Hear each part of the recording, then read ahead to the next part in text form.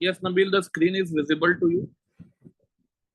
Yes तो इसमें आज ना हम लोग थोड़ा सा पी ब्लॉक में कुछ कुछ चीजें जो हैं वो उसका एक फ्लो चार्ट बना लेते हैं, जो कि काफी आई थिंक तुमको हेल्प करेगा।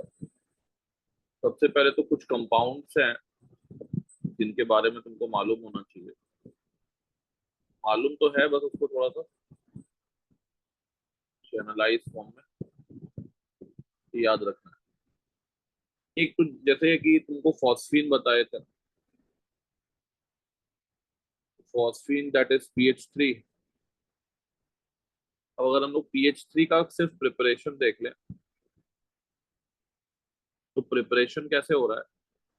जैसे कि यहाँ पे PH3 ले लिया हम लोग, और ये तुम्हारा का रोटन कैसा स्मेल होता है जी।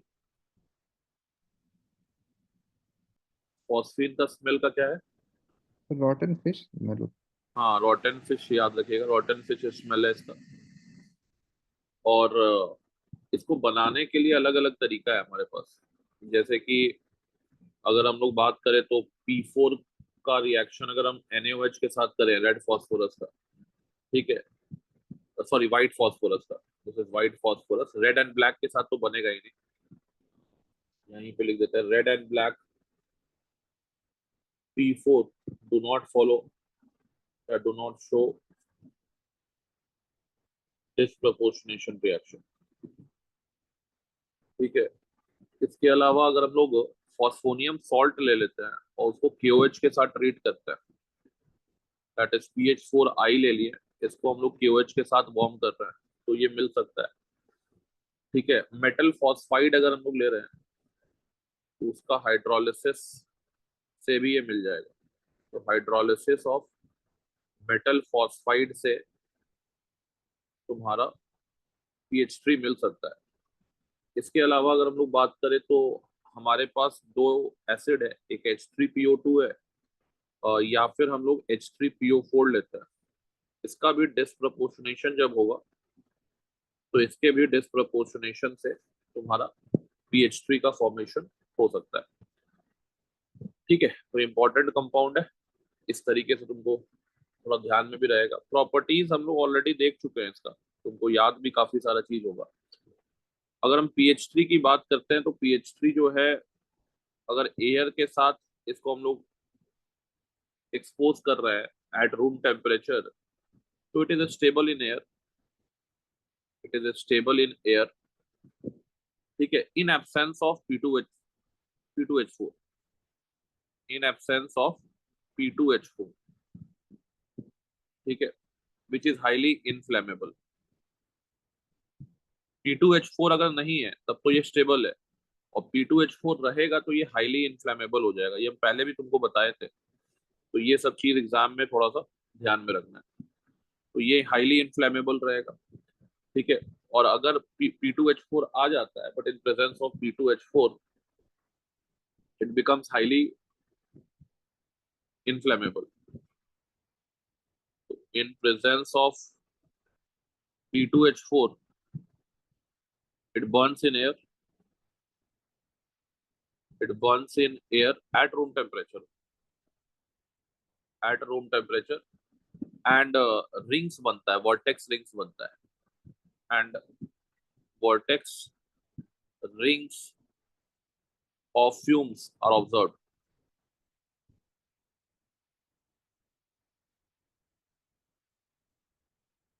ठीक है, तो ये चीज तो तुमको पता है। इसको अगर 1500 डिग्री सेल्सियस पे अगर हम लोग, 1500 बोल रहे 150 डिग्री सेल्सियस पे अगर इसको हम लोग O2 के साथ हीट करें तो यहाँ पे आपका H3PO4 का फॉर्मेशन होगा। एंड अगर हम इसको ट्रीट करते हैं विथ कॉपर सल्फेट AgNO3, ठीक है, तो इसके साथ तुम्हारा फॉस्फाइड का Cu3P2 का प्रेसिपिटेट बनेगा, या फिर Ag3P का।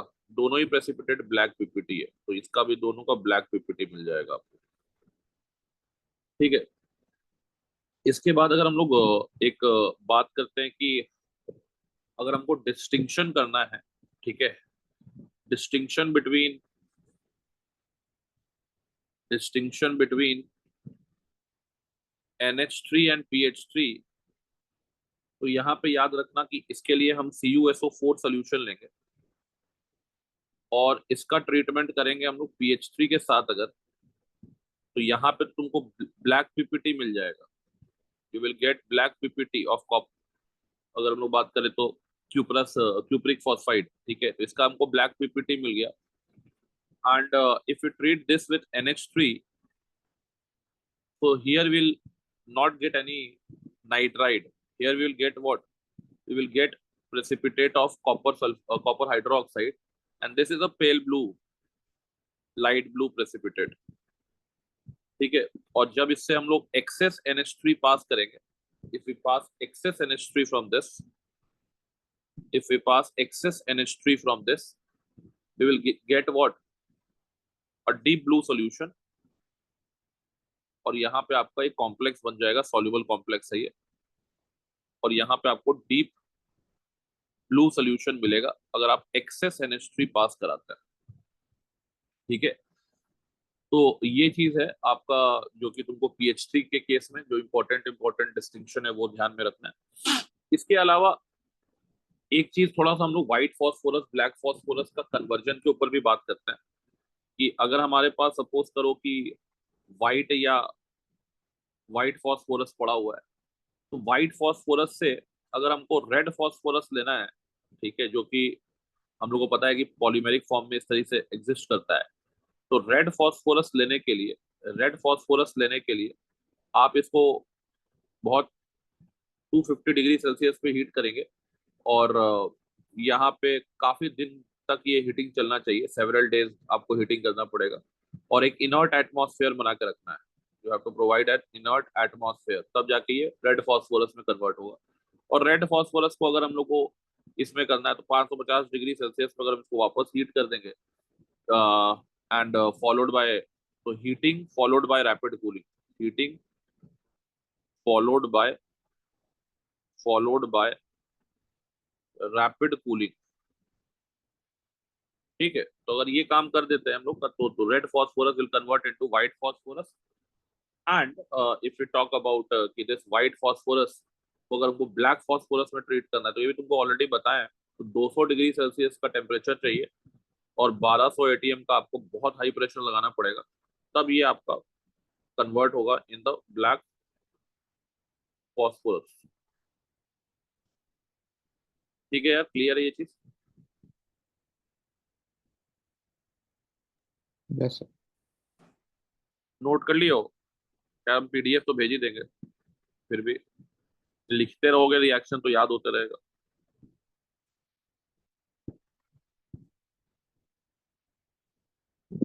डन।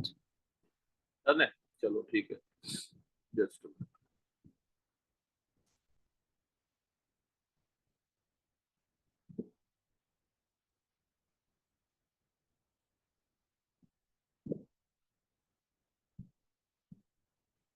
चलो ठीक है, आगे बढ़ते हैं।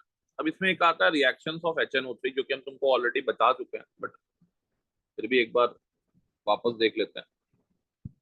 रिएक्शंस ऑफ HNO3, ठीक है। तो इसमें क्या है, हम लोग यहाँ पे एक टेबल के फॉर्म में इसको याद रख लेते हैं कि जब भी हम इसको HNO3 का रिएक्शन देखेंगे, तो will make a table, and in this table the first में हम लिखेंगे क्या, ऑक्सीडेंट क्या है मेरे पास। ऑक्सीडेंट मतलब डिफरेंट कॉन्सेंट्रेशन ऑफ HNO3, जो ऑक्सीडाइजिंग एजेंट है उसी का डिफरेंट कॉन्सेंट्रेशन, तो different concentration of HNO3। Reductant जो है हमारे पास, reductant is basically metals, non metals, या कोई और कंपाउंड जिसको हम लोग को देखना है कि कोई इंपॉर्टेंट है क्या। और मेन प्रोडक्ट्स क्या है of redox reaction, main products of redox reaction, main product, what is the main product of the redox reaction, तो इसी पे हम लोग का मेनली डिस्कशन चलेगा। एंड पता है, बस उसको समराइज कर देना है।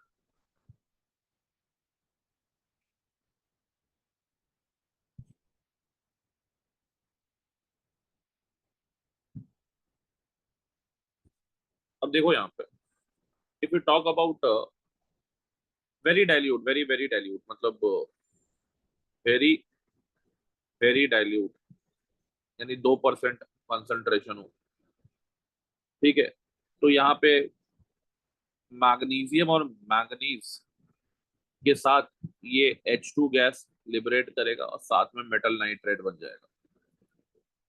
यहाँ पे ऑक्सीडाइजिंग प्रॉपर्टी ये शो नहीं कर पाएगा। ठीक है, no oxidising character, no oxidising character. ठीक है, कोई ऑक्सीडाइजिंग कैरेक्टर शो नहीं कर पा रहा है। तो ये पहला वाला केस हो गया। इसके बाद अगर हम लोग बात करते हैं कि हमारे पास वेरी डाइल्यूट है, सिर्फ वेरी डाइल्यूट HNO3 है, मान लो 6% के आसपास कंसंट्रेशन हम लोग ले, तो इसको हम लोग वीक ऑक्सीडेंट बोलेंगे। We call this as weak oxidant. और वीक ऑक्सीडेंट्स में आप मान लीजिए आयरन के साथ ले रहे हैं, जिंक के साथ ले रहे हैं और टिन के साथ ले रहे हैं। बताओ प्रोडक्ट क्या बनेगा, बता चुके हैं ऑलरेडी।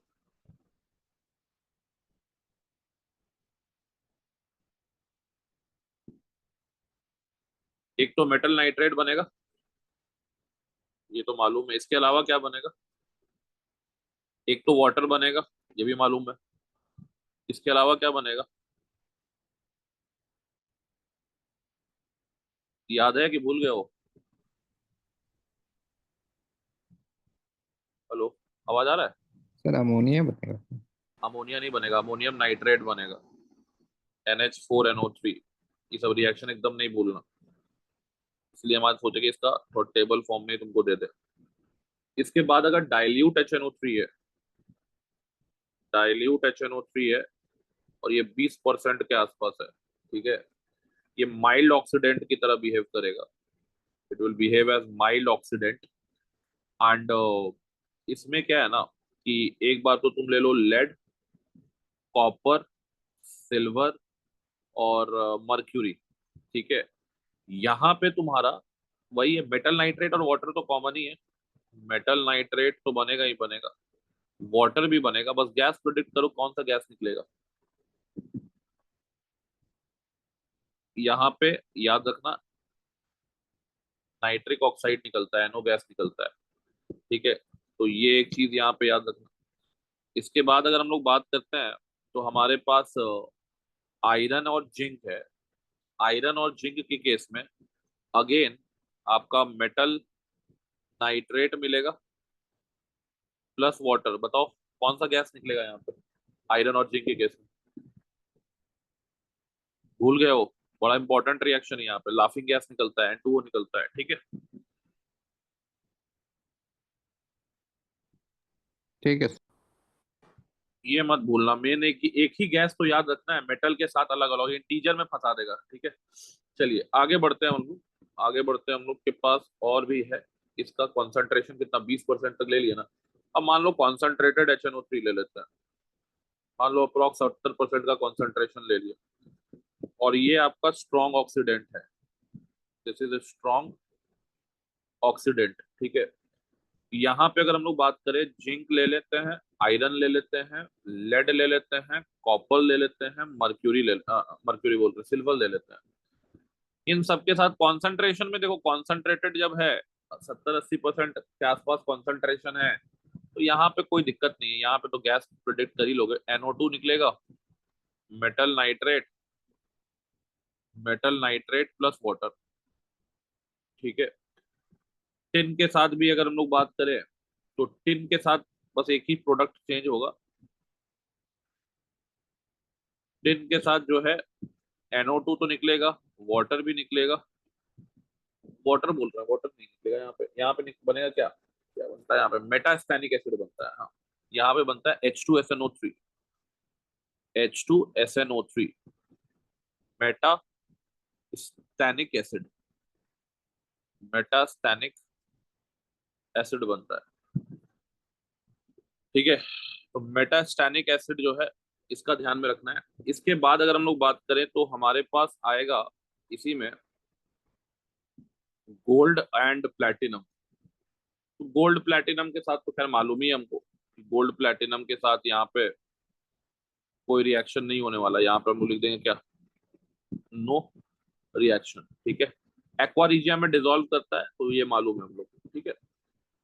इसके अलावा अगर हम लोग बात करते हैं तो हमारे पास क्या नाम है, और कौन सा मेटल है, एल्यूमिनियम है, क्रोमियम है, ठीक है, कोबाल्ट है, निकल है, आयरन है, ठीक है। तो इनके साथ क्या है, पैसिव नेचर बन जाएगा, ठीक है ना, ऑक्साइड के फॉर्मेशन की वजह से। तो they becomes what, they becomes passive, ठीक है, due to formation of oxide layer, due to formation of oxide layer, due to formation of oxide layer, ठीक है। बस और बस तुमको यहाँ पे ध्यान में रखना है मेटल को, ये भूले नहीं तो फिर कोई दिक्कत नहीं है, ये भूल गए तो फिर दिक्कत ही दिक्कत है। इसके बाद नॉन मेटल्स, यहाँ तक तो ये सब तो मेटल हो गया तुम्हारा, ठीक है, दीज आर ऑल मेटल्स। अगर हम नॉन मेटल्स की बात करेंगे, ठीक है, तो यहाँ से नॉन मेटल शुरू होगा। तो नॉन मेटल में जैसे सल्फर है, कार्बन है, फॉस्फोरस है, क्लोरीन है, ब्रोमीन है, आयोडीन है, ठीक है, ये सारे नॉन मेटल के केस में आपका क्या होने वाला है, NO2 निकलेगा। एंड जितना भी ये सब है वो उसके साथ ऑक्सी एसिड्स का फॉर्मेशन करेगा। इवन मेटलॉइड्स भी अगर तुम ले लोगे, जैसे कि हमारे पास आर्सेनिक हो गया, एंटीमनी हो गया, ठीक है, तो टिन हो गया, टिन तो देख ही चुके हैं हम लोग। तो ये सारे जो हैं non metals and metalloids, non metals and metalloids, इनके साथ एक तो निकलेगा NO2, इसमें कोई दिक्कत नहीं है, plus respective oxy acids, respective oxy acids, ठीक है। तो इसका हम कंप्लीट रिएक्शन भी तुमको बताया है, तो बस देख लेना। और इसके बाद क्या आता है, कुछ और केस हम लोग यहाँ पे देख लेते हैं। जैसे ये तो हो गया कॉन्सेंट्रेटेड का, हमने सारा कवर कर दिया। इसके बाद अगर हम लोग बात करते हैं तो डाइल्यूट HNO3 का रिएक्शन अगर हम लोग देखते हैं, 20% है और रूम टेम्परेचर पे रिएक्शन देख रहे हैं, ठीक है। और एक बार कंपाउंड्स जो हैं वो भी लेंगे हम लोग, और एक बार कॉन्सेंट्रेटेड के साथ भी रिएक्शन देखेंगे 70% के आसपास। बस यहाँ कंपाउंड्स ले ले रहे हैं, कंपाउंड जैसे कि SO2, H2S, इसके अलावा और क्या ले ले, FeS, और ले लेते हैं KI, ठीक है। तो ये सब ले लोगे, यहाँ पे भी सेम है। तो यहाँ पे अगर हम लोग बात करें तो डाइल्यूट के साथ तो SO2 जो है वो चला जाएगा किस में, H2SO4 में। H2S जो है ये चला जाएगा सल्फर में। FeS चला जाएगा Fe2SO4 होल थ्राइस में।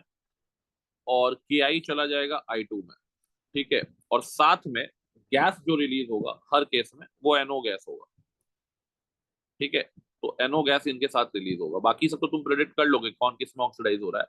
गैस NO रिलीज होगा, यहाँ पे गैस जो है NO2 रिलीज होगा। बाकी प्रोडक्ट जो है, जैसे कि SO2 में तो सेम है, H2SO4 बनेगा। इसके बाद H2S भी जो है, H2S भी आपका H2SO4 में ही जाएगा। तो H2S भी H2SO4 में ही जाएगा। FeS भी अगर हम लोग बात करते हैं तो Fe2SO4 होल थ्राइस में ही जाएगा। But if you talk about KI, तो KI जो है यहाँ पे आयोडेट में ऑक्सीडाइज कर जाएगा, मतलब HiO3 में ऑक्सीडाइज कर जाएगा, ठीक है।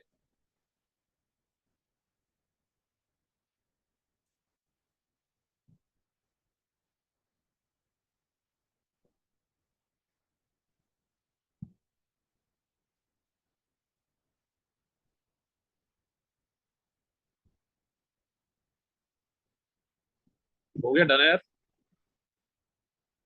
और कुछ कुछ पॉइंट यहाँ पे लिख सकते हो कि Ag जो है silver, silver does not dissolve, silver does not dissolve in aqua regia,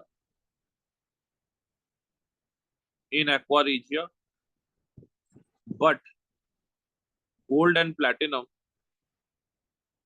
but gold and platinum, gold and platinum dissolve in aqua regia, ठीक है, dissolve in aqua regia, dissolve in aqua regia due two chloro complex formation, due two chloro complex formation. ठीक है, तो ये एक तो point तुमको याद होना चाहिए। दूसरा पॉइंट जो है यहाँ पे वो ये है कि lead, copper, silver, mercury do not react with do not react with very dilute HNO3, मतलब 20% से अगर कम है तो वहां पे रिएक्शन नहीं हुआ इनका। और तीसरा जो पॉइंट है कि behaviour of lead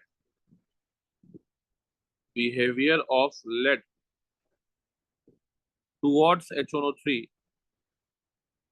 towards HNO3 is same as that of is same as those of copper, silver and mercury।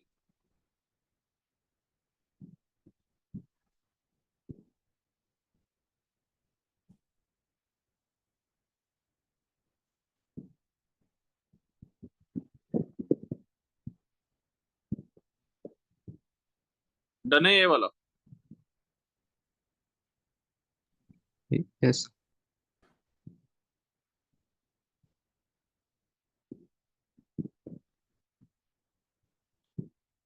ठीक है, अब देखो यहाँ पे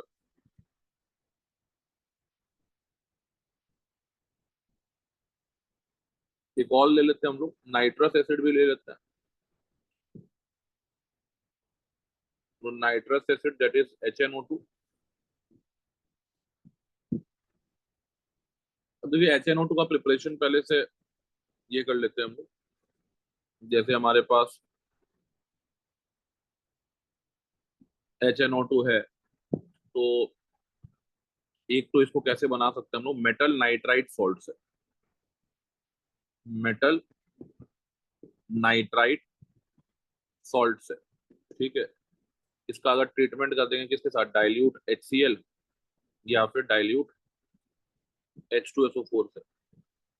इसके अलावा अगर हम लोग बात करते हैं कि NO का रिएक्शन हम लोग करा रहे हैं 30 डिग्री सेल्सियस पे, तो यहाँ पे N2O2 बनता है और ये एक ब्लू सॉलिड होगा NONNO2 का, तो यहाँ पे N2O2 बोल रहा है, N2O3 बनेगा और ये एक ब्लू सॉलिड होगा और इसका हाइड्रोलिसिस करोगे तो आपको HNO2 मिल जाएगा। ठीक है, अब अगर हम लोग बात करें इसमें कि ये तो खैर प्रिपरेशन में ये वाला रिएक्शन याद रखना। अगर हमारे पास इसका रिएक्शंस पे आते हैं, यानी प्रॉपर्टीज पे आते हैं, तो प्रॉपर्टीज में आप मान के चलो कि जैसे ये हमारा HNO2 है, तो HNO2 का पहले ऑक्सीडाइजिंग प्रॉपर्टी देख लीजिए। Let's see about the oxidising properties. Oxidising properties में अगर रिएक्शन हम SO2 के साथ कराएंगे तो उसको H2SO4 में ट्रांसफर करेगा। अगर H2S के साथ रिएक्शन कराएंगे तो उसको सल्फर का प्रेसिपिटेट बनाएगा, येलो या व्हाइट प्रेसिपिटेट। हम लोग को पता है सल्फर का येलो या व्हाइट प्रेसिपिटेट बनता है। ठीक है, इसके बाद अगर हम FeSO4 के साथ ट्रीटमेंट कराएंगे तो FeSO4 के साथ हम लोग को वही प्रोडक्ट मिलेगा जो HNO3 के साथ मिल रहा था, Fe+2 से +3 में चला जाएगा। Ki के साथ बनाओगे तो यहाँ पे दो चीजें बन सकता है, या तो I2 में जा सकता है या फिर I3 में। यहाँ पे I3- का बनने के कारण सोल्यूशन ब्राउन कलर का हो जाएगा, ये हम लोग को भी मालूम है। और अगर हम लोग यहाँ पे ट्रीट करते हैं इसको क्या नाम है, जिंक एल्यूमिनियम प्लस NaOH के साथ, ठीक है, जिंक या एल्यूमिनियम प्लस NaOH के साथ, तो यहाँ पे आपका NH3 गैस ये बन जाएगा। ठीक है, तो ये हो गया। इसके बाद इसका कुछ रिएक्शन जो है रूम टेम्परेचर पे ये डिस्प्रपोर्शनेट भी कर जाता है। रूम टेम्परेचर पे ये क्या कर जाता है, डिस्प्रपोर्शनेट कर जाता है। क्या बनाता है डिस्प्रपोर्शनेट करके, बताओ।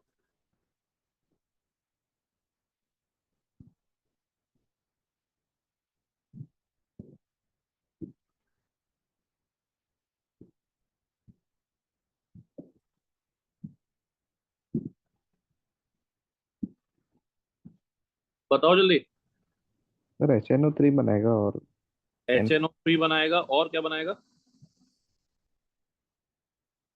तो बहुत बेसिक रिएक्शन है जी। नहीं याद रखोगे तो कैसे काम चलेगा।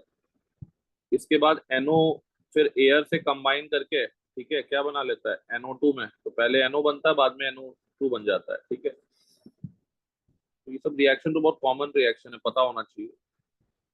इसके अलावा ये रिड्यूसिंग प्रॉपर्टी भी शो करता है। It also shows what, reducing properties.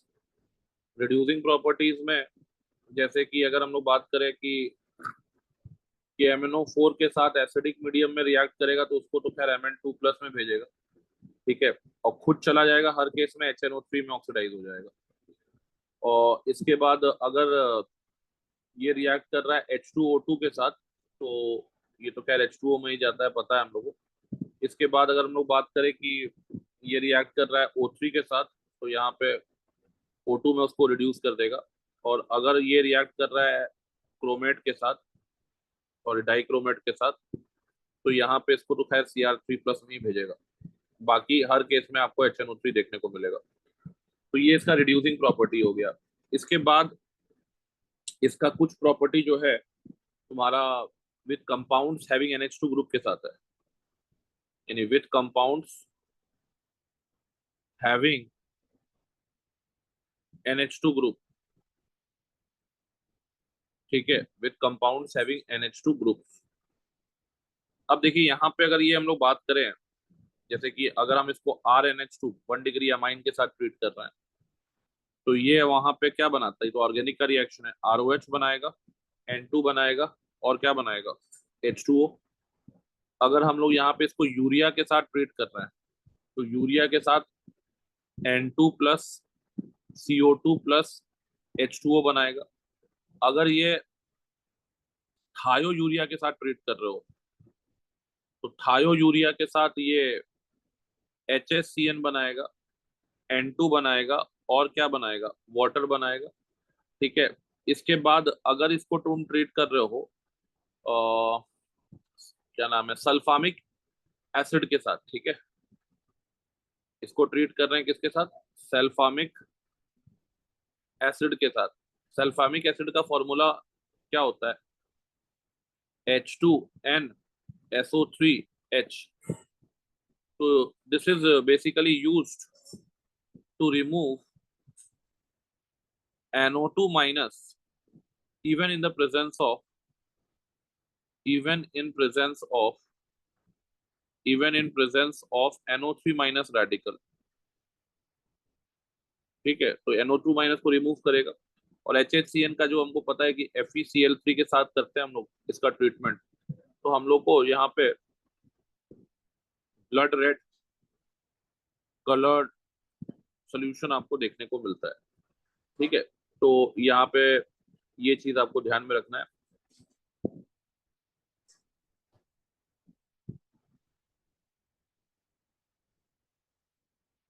इसमें क्या क्या नोट करने लायक पॉइंट हो गया, एक तो पॉइंट ये हो गया कि free HNO2 is not stored because it undergoes it undergoes disproportionation the disproportionation into HNO3 and NO at room temperature, ठीक है। और दूसरा N2O3 is the only oxide of nitrogen which is blue in color, which is blue colored।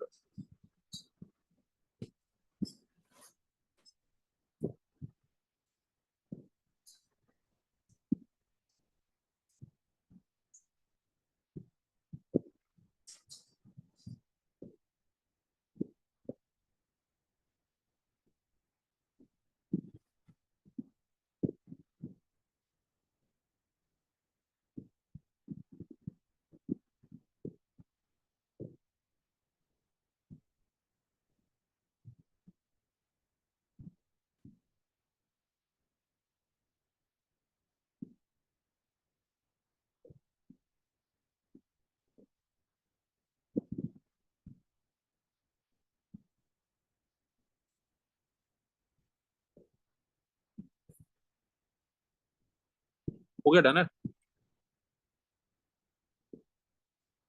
Yes.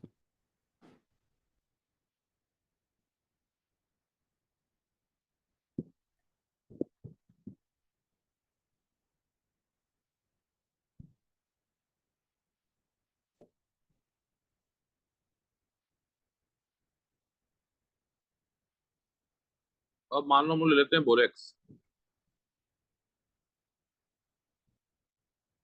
Borax के साथ अगर मान लो access of water लिए तो बफर बन जाता है। Aqua solution is acting like a buffer. यहाँ पे H3BO3 का फॉर्मेशन होगा और इसी का कॉन्जुगेट बन जाएगा। ठीक है, तो यहाँ पे आपको बफर सोल्यूशन मिलेगा। तो लोग बोलते हैं aqua solution of borax is acting like a buffer solution, और इसको तुम टाइट्रेट करोगे, टाइट्रेशन विथ HCl, तो यहाँ पे आपका H3BO3 प्लस NaCl यूज होगा। और यहाँ पे इंडिकेटर जो, क्योंकि एसिड हमारा स्ट्रॉन्ग एसिड है, तो इंडिकेटर यूज करेंगे मिथाइल ऑरेंज। ठीक है, और बोरेक्स का एन फैक्टर कितना होता है जी? 2 होता है as a base. As a base याद रखिएगा। ठीक है, इसके अलावा बाकी सब रिएक्शन तुम्हारा पड़ा हुआ है। अगर इसको हीट करेंगे तो इट स्वेल्स टू क्रिस्टलाइन मास। ये स्वेलिंग आ जाएगा इसके अंदर, और स्वेलिंग आने के बाद प्रोडक्ट बताओ क्या बनता है? NaBO2 और B2O3। इसी को क्या बोलते हो? ट्रांसपेरेंट बीड। यस और नो? तो यही होता है ना, सोडियम मेटाबोरेट और बोरिक हाँ, anhydride. Sodium metaborate and B2O3। इसको तुम कलर्ड ऑक्साइड के साथ फिर ट्रीट करोगे। ठीक है, M2OX, और इसको हीट करोगे, हीटिंग इन ऑक्सीडाइजिंग फ्लेम। तो यही बोरेक्स बीट टेस्ट हो गया, हीटिंग इन ऑक्सीडाइजिंग फ्लेम। तो ये तुम्हारा बन जाएगा मेटल, जो भी आपने मेटल का ऑक्साइड लिया है उसका कॉरस्पॉन्डिंग मेटल बोराइड, मेटाबोरेट बनेगा। और ये जो है आपका कलर्ड बीड का फॉर्मेशन करेगा, गेट कलर्ड बीड। ठीक है, बस यहाँ पे ये होना चाहिए कि जो भी आप मेटल का आयन ले रहे हैं यहाँ पे, ठीक है, जो भी मेटल का आयन ले रहे हैं, तो My+, ये पैरामैग्नेटिक होना चाहिए, इस पैरा मैग्नेटिक। इसके बाद अगर हम लोग बात करते हैं कि इसका रिएक्शन हम लोग सपोज करिए कर रहे हैं कॉन्सेंट्रेटेड H2SO4 के साथ, तो यहाँ पे क्या बनता है बताओ? H2B4O7 बनेगा। H2B4O7 टेट्राबोरिक एसिड इसको बोलते हैं। You will get tetraboric acid. ठीक है, इसके बाद टेट्राबोरिक एसिड को फर्दर तुम ट्रीट करोगे किसके साथ? वाटर के साथ। तो यहाँ बोरिक एसिड मिल जाएगा। बोरिक एसिड को हीट करेंगे हम लोग तो हमारे पास B2O3 मिल जाएगा। B2O3 को तुम विटामिन B12 के साथ, विटामिन B12 के साथ ट्रीट करोगे तो ब्लू कलर्ड बीड मिलेगा तुम्हारा, क्योंकि उसमें कोबाल्ट होता है विटामिन B12 में। तो COBO2 होल ट्वाइस, इसका हमको क्या मिल जाएगा? Blue coloured bead, blue bead मिल जाएगा। इसके बाद इसी B2O3 का अगर हम सोडियम या मैग्नीशियम के साथ हीटिंग कर रहे हैं तो यहाँ पे हमको एमॉर्फस बोरॉन मिलेगा। We will get what? We will get amorphous boron. Reduction कर देगा ये B2O3 का। और इसी को हम लोग मॉइजन बोरॉन भी बोलते हैं। It is also called as Moissan boron. ठीक है, इसी को हम लोग मॉइजन बोरॉन भी बोलते हैं। और इसी का अगर हम लोग हीटिंग करते हैं एल्यूमिनियम के साथ तो यहाँ पे क्रिस्टलाइन बोरॉन मिलेगा आपको। Crystalline, crystalline form of boron मिल जाएगा। You will get what? Crystalline form of boron. तो ये कॉन्सेंट्रेटेड H2SO4 के साथ एक सीरीज में क्वेश्चन के फॉर्म में आ सकता है, थोड़ा ध्यान में रखना। जैसे हम लिखे हैं वैसे क्वेश्चन के फॉर्म में आपको दिख जाएगा। बाकी अगर हम लोग यहाँ पे कॉन्सेंट्रेटेड H2SO4 के साथ हीट कर रहे हैं और साथ में मिथेनॉल ले लिए, तो यहाँ पे फिर आपको पता ही है क्या बनेगा, BOMe होल ट्राइस, green edged flame, green edged flame आपको यहाँ पे देखने को मिलेगा। इसके बाद और तो सारा रिएक्शन हो ही गया है। हाँ, एक रिएक्शन और है कि अगर हम इसको कॉन्सेंट्रेटेड H2SO4 के साथ ही हीट करें, इसको अगर हम कॉन्सेंट्रेटेड H2SO4 के साथ हीट करें, ठीक है, कॉन्सेंट्रेटेड H2SO4 के साथ ही हीट करें और साथ में ले लेते हैं कैल्शियम फ्लोराइड, फ्लोरस्पार जिसको हम लोग बोलते हैं, तो यहाँ पे आपको BF3 मिलेगा, BF3 का वेपर, ठीक है, और यहाँ भी कलर आपका फ्लेम का ग्रीन हो जाएगा। इतना चीज आपको याद रखना है बोरेक्स में। बाकी बोरॉन का रिएक्शन आपको यहाँ पे पता होना चाहिए कुछ कुछ। बोरॉन जैसे कि O2 के साथ जाएगा तो B2O3 बनाएगा, N2 के साथ हीट करेंगे तो इनऑर्गेनिक ग्रेफाइट बनेगा, ठीक है, इसी को तुम क्या बोलते हो, इनऑर्गेनिक ग्रेफाइट बोलते हैं बोरॉन नाइट्राइड को। इसको कार्बन के साथ अगर हम लोग हीट करते हैं,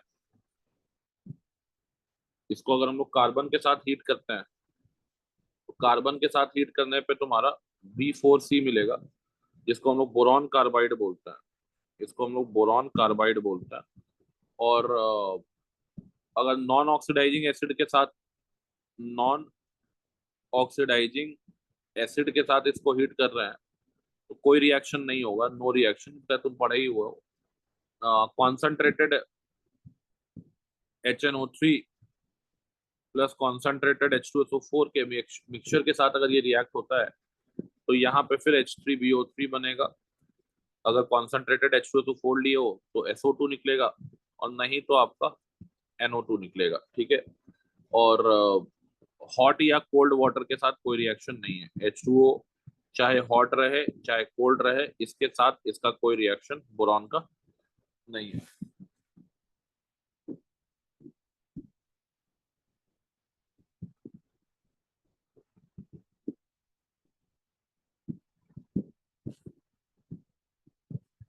और एक चीज याद रखना कि aqueous solution of borax, aqueous solution of borax is used as जैसे K2Cr2O7 प्राइमरी स्टैंडर्ड की तरह यूज होता है, तो aqueous solution of borax is also used as primary standard for titrating against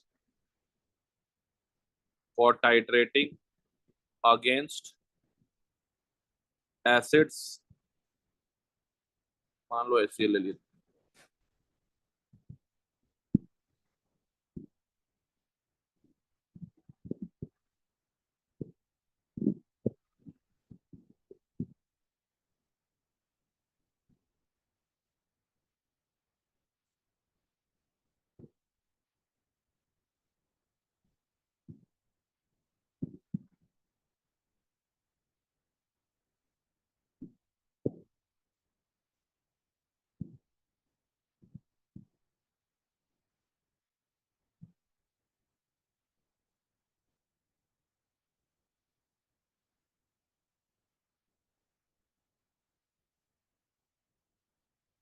हो गया जी, डन है।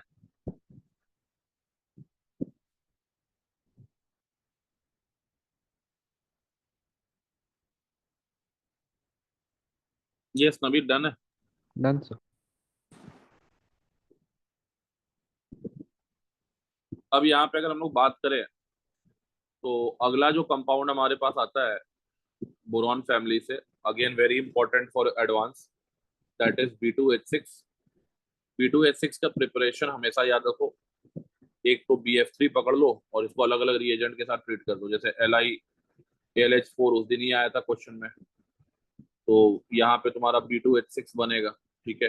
बाकी साइड प्रोडक्ट हम अभी नहीं लिख रहे हैं। NaH के साथ भी आपका B2H6 बनेगा और H2 के साथ भी B2H6 बनेगा, ठीक है। तो सबके साथ हीट करने पे आपको B2H6 का फॉर्मेशन होता हुआ दिखेगा।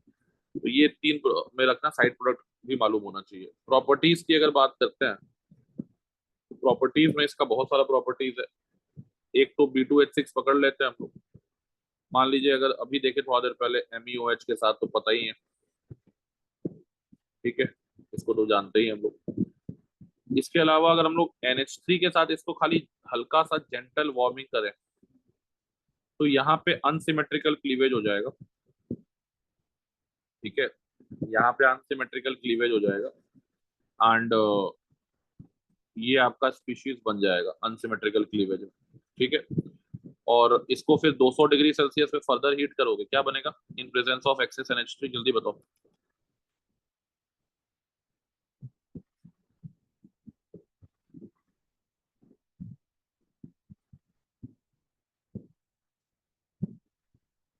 क्या बनेगा Nabeel?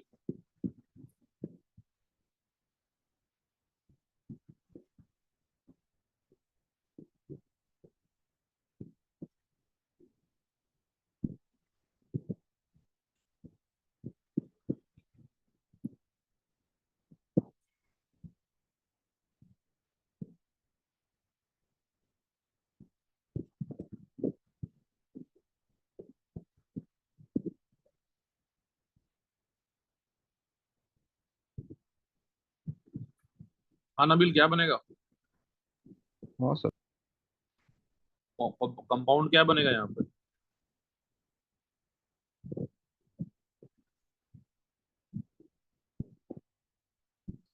B3N3H6 inorganic benzene.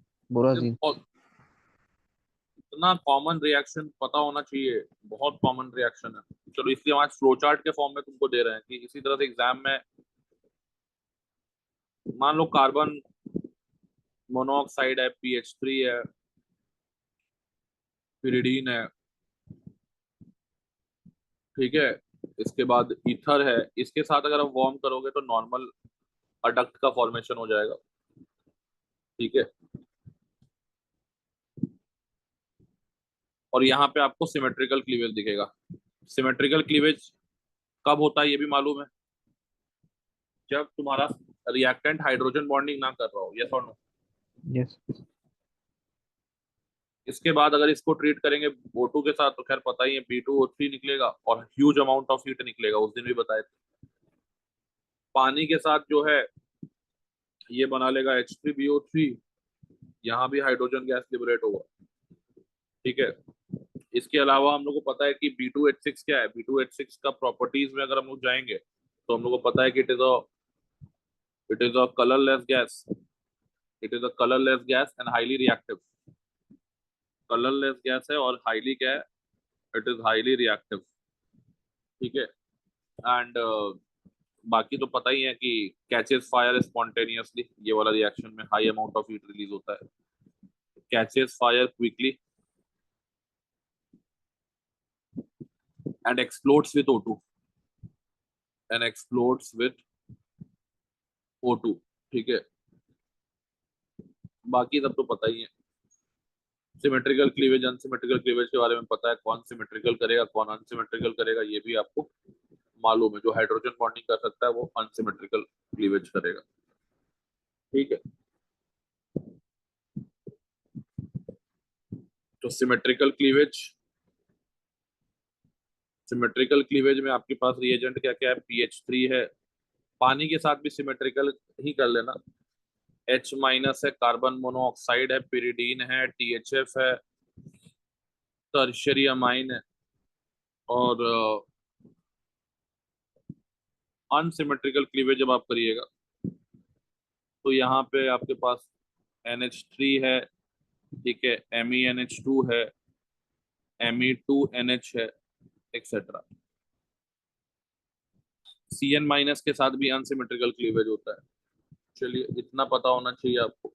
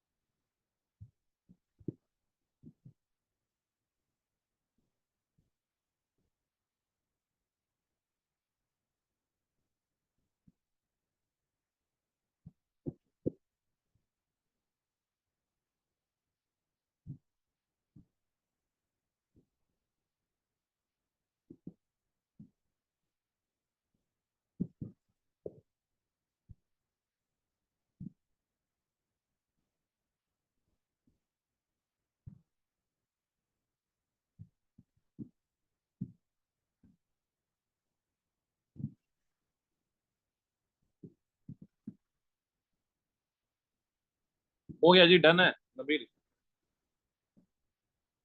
Yes.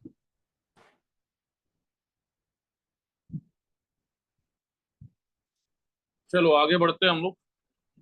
इसके बाद हमारे पास आएगा एक और, जिसका नाम है बोरिक एसिड, H3BO3। H3BO3 का प्रिपरेशन में एक रिएक्शन जो काफी ज्यादा याद रहना चाहिए, बोरेक्स के साथ आप इसको बना सकते हैं, Na2B4O7.10H2 प्लस H2SO4 के साथ अगर इसको हीट कर रहे हैं आप, तो यहाँ पे मेटाबोरिक एसिड, सॉरी टेट्राबोरिक एसिड H2B4O7 बनेगा, साथ में Na2SO4 बनेगा, फिर आपका वाटर बनेगा। ये जो टेट्राबोरिक एसिड है, इस टेट्राबोरिक एसिड इसको जब आप हीट करेंगे, सॉरी इसको जब आप वाटर के साथ ट्रीट करेंगे, तो यहाँ पे आपका H3BO3 का फॉर्मेशन हो जाएगा। इसका भी प्रॉपर्टीज में बहुत सारा रिएक्शन है, ठीक है, तो उसको देख लेते हैं। ये मान लीजिए आपका H3BO3 है, एक तो आपका मिथाइल और मिथाइल मिथेनॉल के साथ अगर हम लोग रिएक्ट करा रहे हैं, तो ये तो अब पता ही है हम लोग को। इसके बाद HF के साथ रिएक्ट कराओगे तो यहाँ पे BF3 बन जाएगा, ठीक है। तो BF3 जब बनता है तो मोर वोलाटाइल क्लीन फ्लेम निकलता है, मोर वोलाटाइल ग्रीन फ्लेम, क्योंकि BF3 जो है ज्यादा ही वोलाटाइल है। इसके बाद अगर हम इसको H3BO3 को अगर हीट करेंगे, तो हीट करने पे आपको HBO2 मिल जाएगा, मेटाबोरिक एसिड, मेटाबोरिक एसिड। और अगर हम लोग बात करते हैं कि फर्दर हीटिंग करेंगे, तो यहाँ पे फिर से टेट्राबोरिक एसिड मिलेगा, H2B4O7, ठीक है। तो दिस इज टेट्राबोरिक एसिड। इसके बाद आपको इसको फर्दर हीट करेंगे तो B2O3 जो है वो मिलेगा। इसके बाद अगर हम इसका ट्रीटमेंट कर रहे हैं H2O2 और NaOH के साथ, तो यहाँ पे आपको क्या मिलेगा, एक सोडियम परऑक्सी बोरेट मिल जाता है यहाँ पे। You will gate परऑक्सी sodium परऑक्सी borate. इसका स्ट्रक्चर भी ध्यान में रखना है, इंपॉर्टेंट रिएक्शन है, 2Na+, बाहर में रहेगा, अंदर में आपका BOH, ये आ गया OH, यहाँ पे भी BOH OH, और यहाँ पे लगा दीजिए ऑक्सीजन, ऑक्सीजन पे ऑक्साइड लिंकेज बना दीजिए, तो ये फॉर्मेशन करेगा, ठीक है। इस पे 2- का चार्ज भी रहेगा।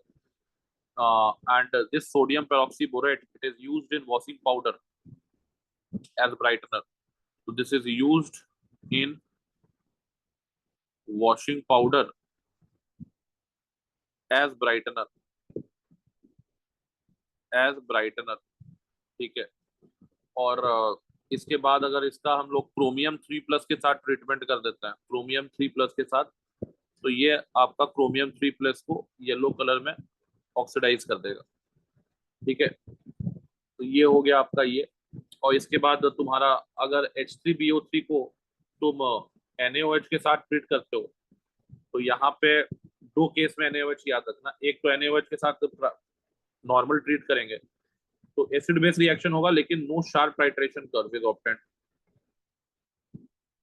No sharp titration curve is obtained, ठीक है। और NaOH का रिएक्शन अगर हम लोग करते हैं सिस 1,2 डायोल के साथ, सिस 1,2 डायोल्स के साथ, तो यहाँ पे अगर हम लोग बात करें, तो आपका जो रिएक्शन होगा उसमें आपको क्या मिलेगा, शार्प एंड पॉइंट मिलेगा, शार्प एंड पॉइंट देखने को मिलेगा। और शार्प एंड पॉइंट देखने के लिए इसलिए मिल रहा है क्योंकि यहाँ पे चिलेट फॉर्मेशन हो रहा है, because of chelate formation, because of chelate formation. तो यानी कि यहाँ पे अगर तुम देखोगे तो B oxygen, oxygen, sorry oxygen जो है इसको यहाँ नहीं बनाते, बस इतना याद रखो बिकॉज ऑफ चिलेट फॉर्मेशन, ठीक है।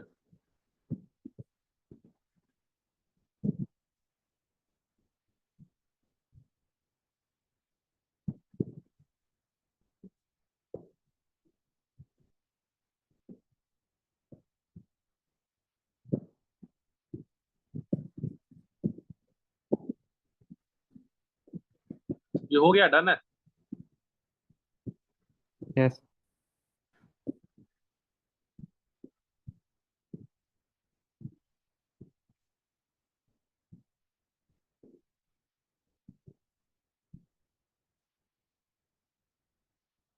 और बोरिक एसिड का स्ट्रक्चर लेयर्ड स्ट्रक्चर होता है, तो बोरिक एसिड जो है, या ऐसे लिख दीजिए solid boric acid. Solid boric acid consist of consist of consist of layered structure, consist of layered structure. Such layers are linked to one another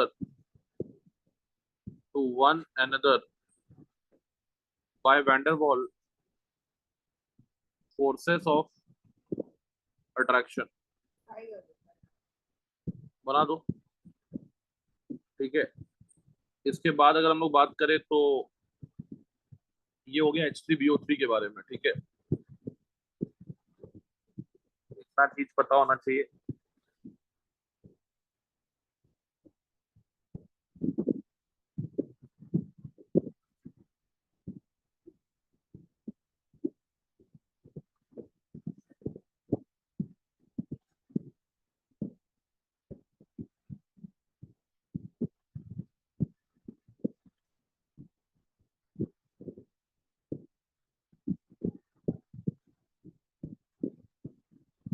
हो गया, डन है यार। नहीं। अब एक बार ऑक्साइड्स ऑफ लीड देख लेते हैं, ये भी। और देखिए ऑक्साइड्स ऑफ लीड में अगर हम लोग बात करें तो लेड का ऑक्साइड के अंदर PbO2 आपको ध्यान रखना चाहिए। इसको ये ब्राउन कलर का होता है, it is a brown solid. और इसका अलग अलग रिएक्शन याद रखना, जैसे 500 डिग्री सेल्सियस पे हीट कर रहे हैं तो ये लेथार्ज में कन्वर्ट हो जाएगा, ठीक है, PbO में कन्वर्ट हो जाएगा। तो इसको अगर हम कोल्ड में क्या बोलेंगे, कोल्ड में इसको बोलेंगे लिथार्ज।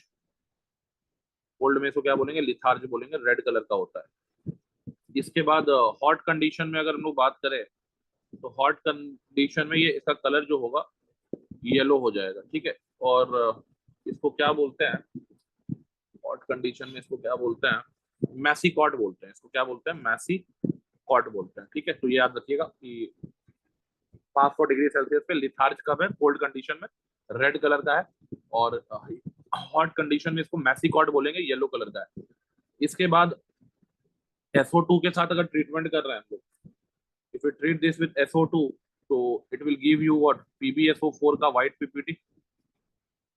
इसके बाद अगर हम इसको ट्रीट कर रहे हैं सपोज हॉट कॉन्सेंट्रेटेड HCl के साथ, तो you will gate PbCl2 plus Cl2 plus water, simple reaction. अगर हम इसको हॉट कॉन्सेंट्रेटेड H2SO4 के साथ ट्रीट कर रहे हैं तो हॉट कॉन्सेंट्रेटेड H2SO4 के साथ PbSO4 plus H2O plus O2 will gas liberate होगा। डाइल्यूट HNO3 के साथ कोई रिएक्शन नहीं है, ऑलरेडी हम लोग देख चुके हैं कि डाइल्यूट HNO3 के साथ there is no reaction at all. And concentrated HNO3 room temperature, यहाँ पे आपका लेड नाइट्रेट बनेगा, you will get lead nitrate plus H2O plus half O2, ठीक है। और इसके बाद अगर हम लोग बात करते हैं तो अगर ये रिएक्ट करेगा किसके साथ, अगर ये रिएक्ट करेगा सपोज Mn2 प्लस के साथ, if it reacts with Mn2 plus plus concentrated HNO3 plus concentrated HNO3, तो ये बनेगा HMNO4 plus lead nitrate plus lead nitrate, ठीक है। पर मैंगनिक एसिड होता है, इट इज मैंगनिक पर मैंगनिक एसिड होता है, ठीक है। तो इसको याद रखना है। ये हो गया PbO2 की कहानी, ठीक है। इसके बाद हम लोग देख लेते हैं रेड लेड, जिसको हम लोग बोलते हैं Pb3O4, उसका कहानी देख लेते हैं।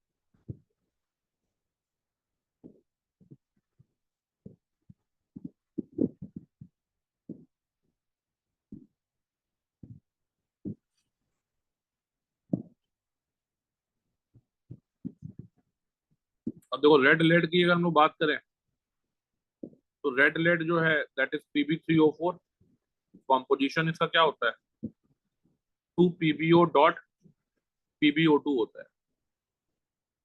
अगर इसको हम लोग कॉन्सेंट्रेटेड HCl के साथ ट्रीट कर रहे हैं तो यहाँ भी प्रोडक्ट सेम है, PbCl2 Cl2 एंड वाटर।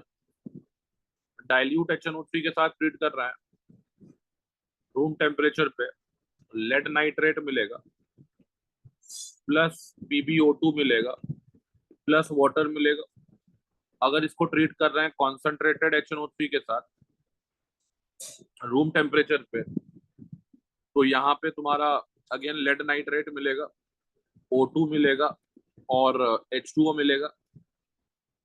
इसके बाद अगर हम लोग हॉट कॉन्सेंट्रेटेड HNO3 के साथ ट्रीट कर रहे हैं तो ये तुम्हारा PbSO4 प्लस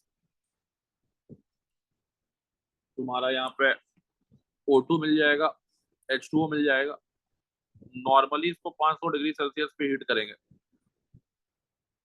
तो यहाँ पे PbO प्लस हाफ O2 मिल जाएगा आपको, ठीक है। और सारा तो हो ही गया, ठीक है। इतना आपको पता होना चाहिए रेड लेड के बारे में।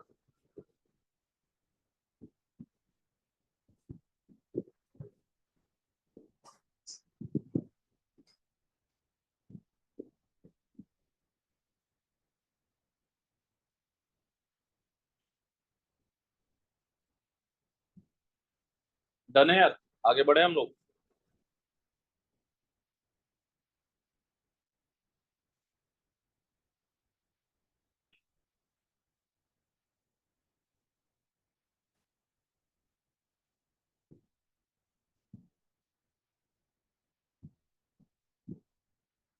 यस नबील, हो गया है।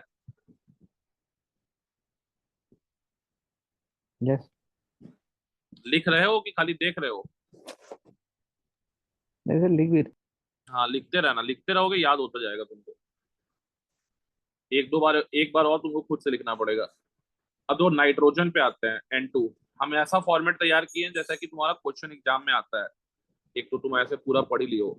अब देखो N2 का सबसे पहले प्रिपरेशन देखो, कहाँ कहाँ से प्रिपरेशन इसका, कौन कौन सा प्रिपरेशन इंपॉर्टेंट है। एक, मान लो कि अगर हम लोग बात करें अमोनियम क्रोमेट, वेरी इंपॉर्टेंट, ये तो शायद IIT में पूछ भी चुका है। इसको हीट करेंगे N2 मिलेगा। इसके अलावा NH4ClO4, NH4ClO4 इसको हीट करोगे अमोनियम पर क्लोरेट को तो भी मिल जाएगा। इसके अलावा अगर हम लोग बात करते हैं अमोनियम नाइट्राइट को हीट करोगे तो भी मिल जाएगा, ठीक है। एक आता है बेरियम अजाइड शायद ना, हाँ बेरियम अजाइड या फिर सोडियम अजाइड, इसको को भी हीट करोगे तो इसके साथ तो खैर इनको हीट करोगे तो एक लाइन भी याद रखना कि on heating this on hitting this pure N2 is formed on hitting this pure N2 is formed। तो ये नाइट्रोजन का प्रिपरेशन वाला रिएक्शन है, सब इंपॉर्टेंट वाला ही उठाए हैं। इसके बाद इसका प्रॉपर्टीज देख लेते हैं।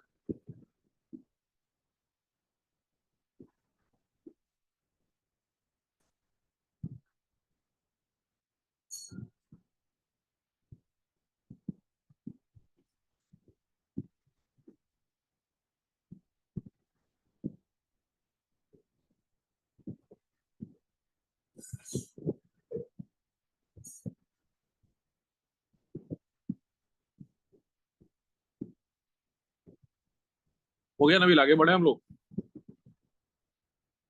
हाँ सर। ठीक है, प्रॉपर्टीज पे आते हैं।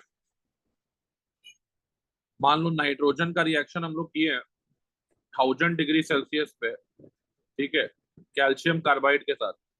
ये तो पता होगा, यहाँ पे नाइट्रोलिम मिलता है। नाइट्रोलिम का मतलब CN2+C, इस मिक्सचर को हम लोग नाइट्रोलिम बोलते हैं। We call this mixture as nitrolim. पानी के साथ ट्रीटमेंट होगा तो यहाँ पे अमोनिया गैस रिलीज होगा, इसलिए फर्टिलाइजर में इसका यूज होता है, ठीक है। तो in soil nitrolim slowly hydrolyses, nitrolim slowly hydrolyses into hydrolyses into NH3। इसके बाद अगर हम लोग मेटल्स के साथ इसका रिएक्शन देख ले, ठीक है, विथ मेटल्स, तो मेटल्स के साथ इनका रिएक्शन जो होगा बहुत अलग अलग मीडियम में इसको तुम देख सकते हो। जैसे कि सपोज करो कि हम लोग हीट कर रहे हैं मेटल को के साथ in presence of what, alkali, तो अल्कली के साथ में नो रिएक्शन, ठीक है, only lithium reacts, only lithium, only lithium reacts, ठीक है। और लिथियम रिएक्ट करेगा और फर्दर मिक्सचर को हीट करेंगे तो आपका Li3n बन जाएगा, ठीक है। और इसका खैर हाइड्रोलिसिस होगा तो तुम्हारा LiOH प्लस NH3 गैस निकलेगा, ठीक है। ये अल्कली मेटल्स के साथ हो गया। इसके बाद अगर हम लोग अल्कलाइन अर्थ मेटल के साथ देखते हैं, तो अल्कलाइन अर्थ मेटल्स के साथ अगर बात करें ग्रुप 2 के मेटल के साथ, तो यहाँ पे M3N2 बनेगा मेटल नाइट्राइड्स, इसका भी हाइड्रोलिसिस करोगे MOH होल ट्वाइस, और यहाँ पे भी NH3 गैस ही रिलीज होगा। एल्यूमिनियम के साथ अगर हम लोग बात करते हैं, तो एल्यूमिनियम के साथ एल्यूमिनियम नाइट्राइड बनेगा, इसको स्टीम से पास करोगे तो यहाँ पे Al2O3 और क्या हो जाएगा, NH3 हो जाएगा, ठीक है। तो नाइट्रोजन गैस जो है वो अमोनियम सॉल्ट्स के हीटिंग पे हम लोग देखते हैं कि मिलता है। और अमोनियम सॉल्ट जो होना चाहिए उसमें जो अनाइनिक पार्ट होना चाहिए, दैट अनाइनिक पार्ट, वो अनाइनिक पार्ट कैसा होना चाहिए जी?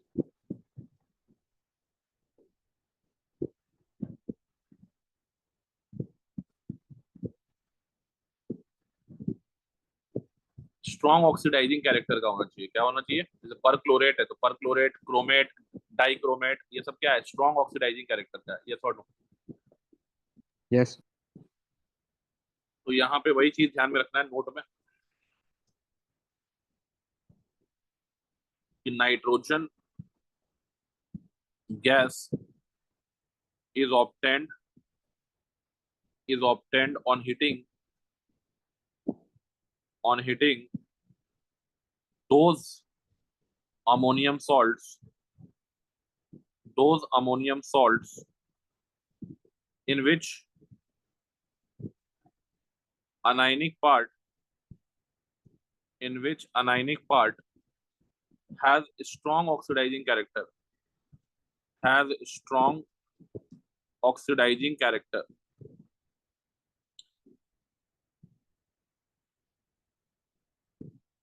ठीक है। और सेकेंड तो nitrolim is used as fertiliser, मालूम है nitrolim is used as fertiliser. तीसरा जो है कि प्योर नाइट्रोजन इज ऑब्टेंड, ये तो ऑलरेडी लिख चुके हैं, प्योर नाइट्रोजन चाहिए तो इज ऑब्टेंड ऑन हीटिंग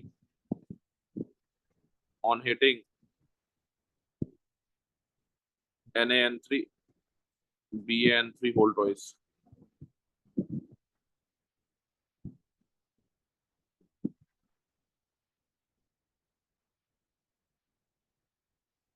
हो गया। हो गया ना, चलो ठीक है, लेट हो गया, ये हो गया। और फ्लो चार्ट बनाए थे, HNO2 तो बता दिया ना जी, यस। HNO2 हो गया। NH3 हुआ है क्या? देखो तो, नहीं हुआ होगा।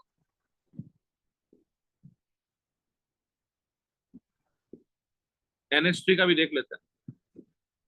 देखो NH3 का अगर हम लोग सबसे पहले प्रिपरेशन देखें, तो प्रिपरेशन में NH3 कैसे कैसे बन सकता है यार। तो मान लो एक तो तुम जिंक या NaOH के साथ रिडक्शन कर रहे हो, या फिर एल्यूमिनियम का NaOH के साथ रिएक्शन करा रहे हो, तो यहाँ पे रिडक्शन होगा, ठीक है। और रिडक्शन के बाद अगर हम लोग बात करते हैं कि तुम्हारा कोई भी एक्वस सोल्यूशन में कोई भी क्या प्रेजेंट रहे, NO2 माइनस प्रेजेंट रहे एक्वस स्टेट में, या फिर NO3 माइनस प्रेजेंट रहे एक्वस स्टेट में, ठीक है। Any nitrogen NO2 minus NO3 minus ये NH3 में चल जाएगा रिड्यूस होके, ठीक है। इसके बाद अगर हम लोग बात करते हैं इसके बाद अगर हम लोग बात करते हैं कि N2 और H2 का डायरेक्ट अगर हम लोग हेबर्स प्रोसेस कर ले तो हेबर प्रोसेस से बना सकते हैं। और इसके बाद M3N2 कोई अगर ले रहे हैं हम लोग, अभी देखें हम लोग अगर ग्रुप 2 का alkali metal alkaline earth metal का नाइट्राइड का हाइड्रोलिसिस कर दे तो बन सकता है। इसके अलावा NH4 प्लस सॉल्ट से भी बन सकता है, NH4 प्लस सॉल्ट से भी बन सकता है। तो NH4 plus salt having अनायन having anion having anion which has no strong oxidizing character, which has no strong oxidizing character, which has no strong oxidizing character। और इसके अलावा अमोनियम सॉल्ट के साथ भी बना सकते हो, अमोनियम सॉल्ट के साथ तुम बना सकते हो। अमोनियम सॉल्ट को अगर हम लोग सिंपल वार्म करें विथ NaOH सोल्यूशन तो भी ये बन सकता है। ठीक है, तो ये सब इसका प्रिपरेशन में तुम देखे हो। प्रॉपर्टीज में अगर हम लोग आएंगे तो प्रॉपर्टीज में जैसे NH3 अपना है तो वाटर में तो ये अमोनियम हाइड्रोक्साइड के फॉर्म में एग्जिस्ट करेगा। ये Mn प्लस के साथ कंबाइन करके MOH होल N, ठीक है, का प्रेसिपिटेट बना लेगा। क्वालिटेटिव में ऑलरेडी देख चुके हो। ठीक है, और यहाँ पे अगर तुम एक्सेस NH3 पास कराते हो तो एक्सेस NH3 के साथ यहाँ पे तुम्हारा कॉम्प्लेक्स का फॉर्मेशन, सॉल्युबल कॉम्प्लेक्स के फॉर्मेशन हो सकता है। ठीक है, तो यहाँ पे जो ये Mn प्लस ये है, ये मेटल कौन कौन सा है ये तुम ऑलरेडी जानते हो। Hg2 2 प्लस हो सकता है, Hg2 प्लस हो सकता है, Fe2 प्लस हो सकता है, ठीक है, Mn2 प्लस हो सकता है। इसके अलावा Fe3 प्लस भी हो सकता है। तो ये सब चीज तुम जानते हो, ऑलरेडी देखे हुए हो। CaO के साथ रिएक्शन कराएंगे अगर हम लोग तो यहाँ पे कोई रिएक्शन नहीं होगा, दोनों बेसिक है। ठीक है, और CaO डिहाइड्रेटिंग एजेंट है तो यहाँ पे NH3 को ड्राई अगर करना है तो NH3 is dried over calcium oxide. ठीक है, इसके अलावा इसको अगर हम लोग O2 के साथ रिएक्ट कर रहे हैं in presence of platinum catalyst, O2 in presence of platinum catalyst, और 800 डिग्री सेल्सियस पे इसको हीट कर रहे हैं तो यहाँ पे NO प्लस H2O मिल जाएगा। रूम टेम्परेचर पे इसको अगर हम O2 के साथ ट्रीट कर रहे हैं तो ये NO2 मिल जाएगा, और H2O के साथ इसको ट्रीट कर रहे हैं तो यहाँ पे आपको HNO3 प्लस NO मिल जाएगा। ठीक है, और यही जो प्रोसेस है इसी को तुम क्या बोलते हो, ऑस्टवाल्ड प्रोसेस बोलते हो HNO3 बनाने का। This is yes. Nothing but Ostwald process है। ठीक है, और यहाँ पे जो NO है ये रिसाइकल होके वापस हम लोग इसको वापस ये रिसाइकल होके फिर यहाँ से यूज होने लगेगा, तो NO का यहाँ पे रिसाइकल हो जा रहा है। तो ऑस्टवाल्ड प्रोसेस में तुम इसको बनाते हो तो NH3 का वहां पे काम है।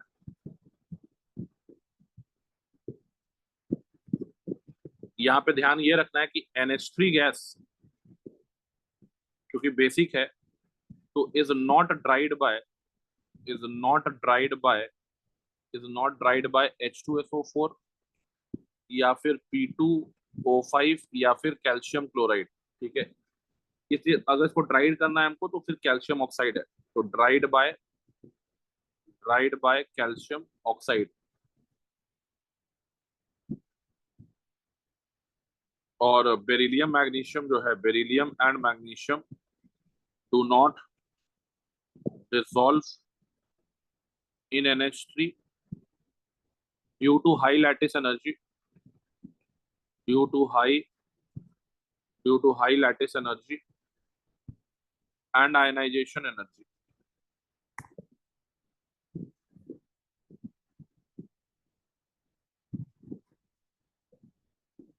ड्राइड बाय मतलब? ड्राई मतलब कि कहीं पे भी अगर NH3 है तो उसको जैसे मॉइस्चर को एब्जॉर्ब करने के लिए हम लोग क्या करते हैं, H2SO4 का यूज करते हैं ना। हाँ तो सर। अगर कोई चीज NH3 से वेट हो रखा है तो उसको ड्राई अगर करना है, NH3 को हटाना है, वहां से एब्जॉर्ब करवाना है, तो वहां पे आप कैल्शियम ऑक्साइड यूज करेंगे। जैसे H2SO4, P2O5, calcium chloride are dehydrating agent, water को एब्जॉर्ब करता है। NH3 को एब्जॉर्ब करने के लिए इनका यूज नहीं करेंगे। क्लियर है बात? ठीक। ठीक है, आज तुमको टेस्ट देना है कि आज तुम्हारा रिवीजन है? सर आज तो रिवीजन ही सोचा। ठीक है, ठीक है, तो आज पेपर पेपर तुम क्या नाम है, इस 13 अप्रैल वाला पेपर एक भेज दिए हैं। ठीक है, तुम्हारे पापा को भेजा, जब करना होगा तो ले लेना पेपर, जब बैठना होगा ना पेपर 1 पेपर 2 यस। ले लेना, ऐसे जब जब भी मन करेगा तो। ठीक है, इसको थोड़ा रिवाइज कर लो, अभी रिवाइज ही करो, तुम थोड़ा पी ब्लॉक को अच्छे से रिवाइज कर लो एक बार फिर से। हाँ ठीक है, सर। अभी टेस्ट देने से कोई मतलब नहीं है, पहले इसको रिवाइज कर लो पूरा एक दो बार, और फिर टेस्ट एक एक पेपर दे सकते हो। और बाकी रात में वो कल जो पेपर भेजे थे फिजिक्स मैथ वाला बनाए थे, हाँ रात को बना। उसका की हम भेजे थे तुमको? नहीं भेज दीजिए। हाँ, की हम उसका भेज देते रुको। ठीक है, तो वैसे ही रात में भेज देंगे, तो रात में तो अपना 2 घंटा बैठ के फिजिक्स मैथ सॉल्व कर लेना। ठीक है, यस। ठीक है, चलो। अच्छा, क्लास को यहीं पे एंड करते हैं।